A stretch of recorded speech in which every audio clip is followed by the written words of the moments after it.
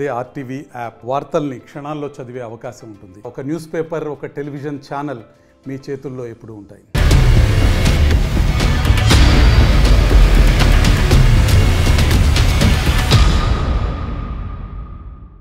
నమస్తే, welcome to leaders war. నేను సచిన్. ఆంధ్రప్రదేశ్ రాజకీయాలు నువ్వా నేను అన్నట్టు పోటీ పడుతున్నాయని చెప్పుకోవచ్చు. ముఖ్యంగా నియోజకవర్గాల్లో కనుక అడుగు పెడితే ఆ పోటీ పతాక స్థాయిలో ఉందనే చెప్పుకోవాలి. ఎందుకంటే నేతల మధ్య మాటల యుద్ధం కోటలు దాటుతుందనే చెప్పుకోవచ్చు. ఇటువంటి నేపథ్యంలో నియోజకవర్గాల్లో ఎటువంటి పరిస్థితి ఉంది, అక్కడ పల్స్ ఏ విధంగా ఉంది, ఎటువంటి అంశాల మీద ప్రభావం అంటే ఎటువంటి అంశాలు ఎలక్షన్కి సంబంధించి ఫలితాలను డిసైడ్ చేసే అవకాశం ఉంది, ముఖ్యంగా అభ్యర్థులకు సంబంధించి ఎటువంటి వ్యూహాలు ప్రతి వ్యూహాలతో వెళ్తున్నారనేది మేము ముందుంచే ప్రయత్నం చేస్తున్నాం. ఈ నేపథ్యంలో మనం మాట్లాడుకుంటున్నాం ఉమ్మడి పశ్చిమ గోదావరి జిల్లాకు సంబంధించి మరొక ఆసక్తికర నియోజకవర్గం పోలవరం. అవును, పోలవరం ఎవరి వంతు కాబోతుంది ఈసారి అంశానికి సంబంధించి ఉత్కంఠ కొనసాగుతోంది. అంతకన్నా ముందు ఏ పార్టీ ఎవరిని బరిలోకి దించింది అనేది చూద్దాం. ఆ తర్వాత ఇన్ డీటెయిల్గా మాట్లాడుకుందాం.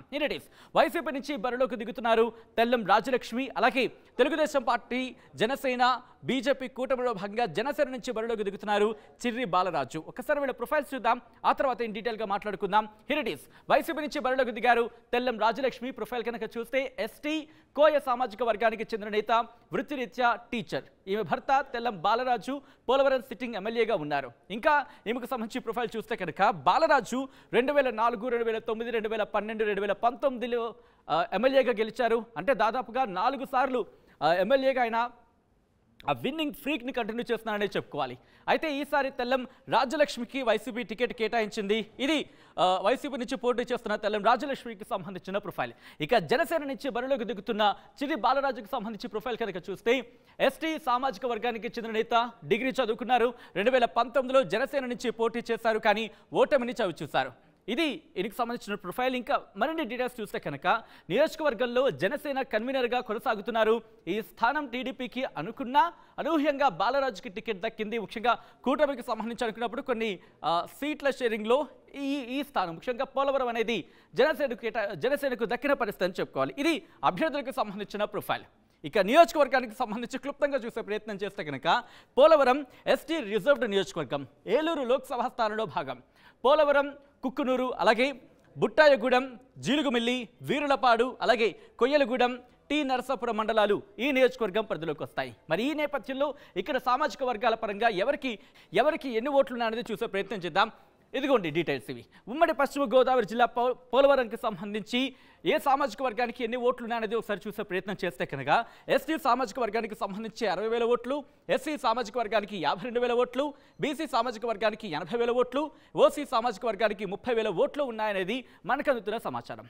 సో ఇటువంటి సినారియోలో దాదాపుగా ఇక్కడ మనకి చూసుకుంటే కనుక బీసీ సామాజిక వర్గానికి సంబంధించి కీలక పాత్ర పోషించే అవకాశం కనిపిస్తోంది. అట్ ద సేమ్ టైం ఇటు ఎస్టీ కావచ్చు, ఎస్సీ కావచ్చు, ఓసీ కావచ్చు, ఇవి కూడా కీలక భూమిక పోషించే అవకాశం ఉంది. సో ఇటువంటి నేపథ్యంలో ఒక వైవిధ్యభరితమైన ఒక సినారియో కనిపిస్తోంది. కాబట్టి ఇక్కడ ఎవరు గెలిచే అవకాశం ఉంది అనే చర్చ జరుగుతోంది. ఎటువంటి అంశాలకు సంబంధించి చర్చ జరుగుతోంది, ఎటువంటి అంశాల ప్రభావితం చూపించని చెప్పి డిస్కషన్స్ జరుగుతున్నాయి. అక్కడ ఎవరు గెలవచ్చు, అవును ఎవరు గెలవచ్చు తెలుసుకునే ప్రయత్నం చేద్దాం. పోలవరం ఎవరి వరం కాబోతోంది, పోలవరం రణాన్ని తలపిస్తుందనే చెప్పుకోవాలి అక్కడ. సో ఏం జరుగుతుందో తెలుసుకుందాం. మనీ అప్డేట్స్ అందించేందుకు లైవ్లో సిద్ధంగా ఉన్నారు మణికుమార్. ఇక్కడ వైసీపీ అంటే పోలవరం నుంచి వైసీపీ బరిలోకి దించింది తెల్లం రాజలక్ష్మిని, అలాగే జనసేన పార్టీ, తెలుగుదేశం, బీజేపీ, జనసేన కూటమిలో భాగంగా జనసేన బరిలోకి దించింది చిర్రి బాలరాజుని. సో ఎవరు గెలిచే అవకాశం ఉందనే చర్చ అక్కడ జోరందుకుంది. అట్ ద సేమ్ టైం ఎటువంటి అంశాలు ప్రభావం చూపించవచ్చనే అంశానికి సంబంధించి ఎటువంటి చర్చ జరుగుతోంది అక్కడ పోలవరంలో.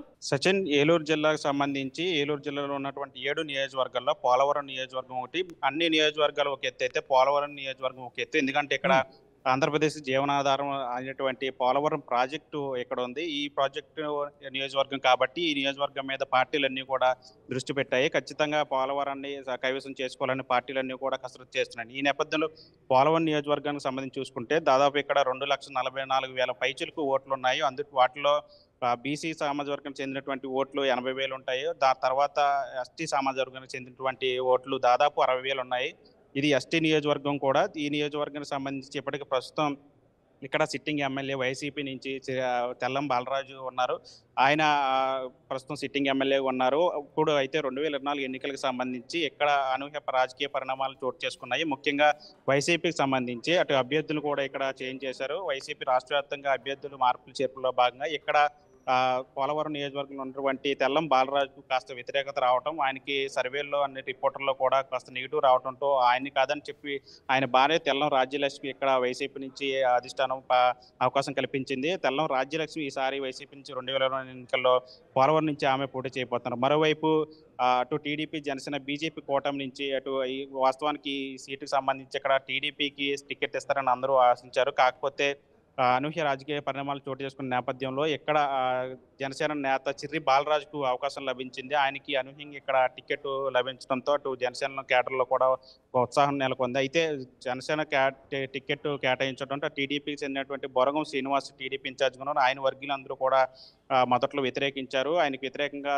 చంద్రబాబు నల్లజర్లలో, తూర్పుగోదావరి నల్లజర్లలో సమావేశం ఏర్పాటు చేసినప్పుడు కూడా ఆయన ఎదురుగానే బొరగం శ్రీనివాస్ చెందినటువంటి వర్గీయులు అందరూ కూడా వ్యతిరేకించారు. అయితే తర్వాత అధిష్టానం జోక్యం చేసుకోవడంతో ఇప్పుడు వీళ్ళిద్దరి మధ్య కూడా సఖ్యత కుదిరింది. వీరిద్దరూ కూడా ఇప్పుడు కలిసి ప్రచారం చేస్తూ ఉన్నారు. అటు టీడీపీ, జనసేన, బీజేపీ ఇక్కడ బలంగా ఉన్న నేపథ్యంలో ఈసారి పోలవరం నియోజకవర్గంలో సీటు కూడా అటు టఫ్ ఫైట్ అవుతుందని కూడా చెప్పుకుంటున్న పరిస్థితి. అటు తెల్లం రాజ్యలక్ష్మి వైసీపీ నుంచి పోటీ చేస్తూ ఉన్నారు. ఇటు చిర్రి బాలరాజు జనసేన నుంచి పర్యటిస్తూ ఉన్నారు. వీళ్ళిద్దరూ కూడా పోటాపోటీగా నియోజకవర్గంలో పర్యటనలు చేస్తూ ఉన్నారు. ముఖ్యంగా వీళ్ళిద్దరు బలాబలాలు చూసుకుంటే అటు వైసీపీకి చెందినటువంటి తెల్లం రాజ్యలక్ష్మికి ఇటీవల ఒక కొత్త చిక్కు అయితే వచ్చి పడింది. అదేంటి, తెల్లం రాజ్యలక్ష్మి ఎస్టీ కాదంటూ కూడా కొంతమంది ఆదివాసీ సంఘాలకు చెందినటువంటి నేతలు హైకోర్టులో కూడా పిటిషన్లు వేశారు. అది ఇప్పుడు ఆ కేసు కూడా హైకోర్టులో పెండింగ్లో ఉంది, అది నడుస్తూ ఉంది. దాని మీద ఇప్పుడు తెల్లం రాజ్యలక్ష్మికి కాస్త ఇది ఒక గందరగోళ పరిస్థితుల్లో ఉన్నట్టు కూడా చెప్పుకోవచ్చు. మరోవైపు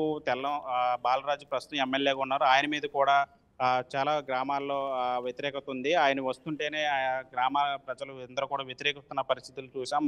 గతంలో కూడా 2-3 సార్లు ఆయన ఆయన భార్య కూడా ప్రచారానికి వెళ్ళినప్పుడు ఆయన్ని ప్రజలందరూ కూడా నిలదీసిన పరిస్థితి. ఈ నేపథ్యంలో ఇటు వైసీపీకి ఇదంతా కూడా మైనస్ అయ్యే అవకాశంగా కనిపిస్తోంది. మరోవైపు జనసేనకు చూసుకుంటే మొన్నటి వరకు టీడీపీకి చెందినట్టు బొరగం శ్రీనివాస్ వర్గీయులందరూ కూడా వ్యతిరేకించారు. కానీ ఇప్పుడు వీళ్ళందరూ కూడా ఒకటయ్యారు.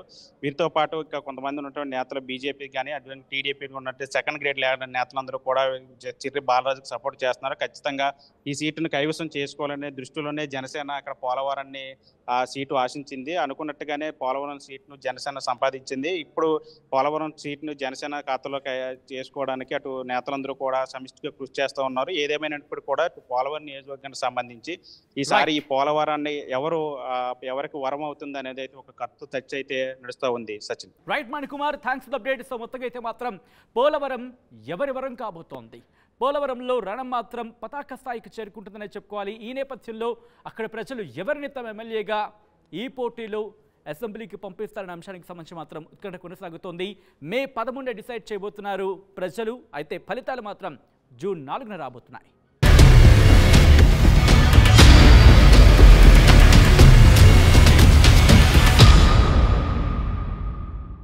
మరిన్ని వీడియోస్ కోసం ఛానల్ ని సబ్స్క్రైబ్ చేయండి. లేటెస్ట్ అప్డేట్స్ కోసం వాట్సాప్ ఛానల్ ని ఫాలో చేయండి.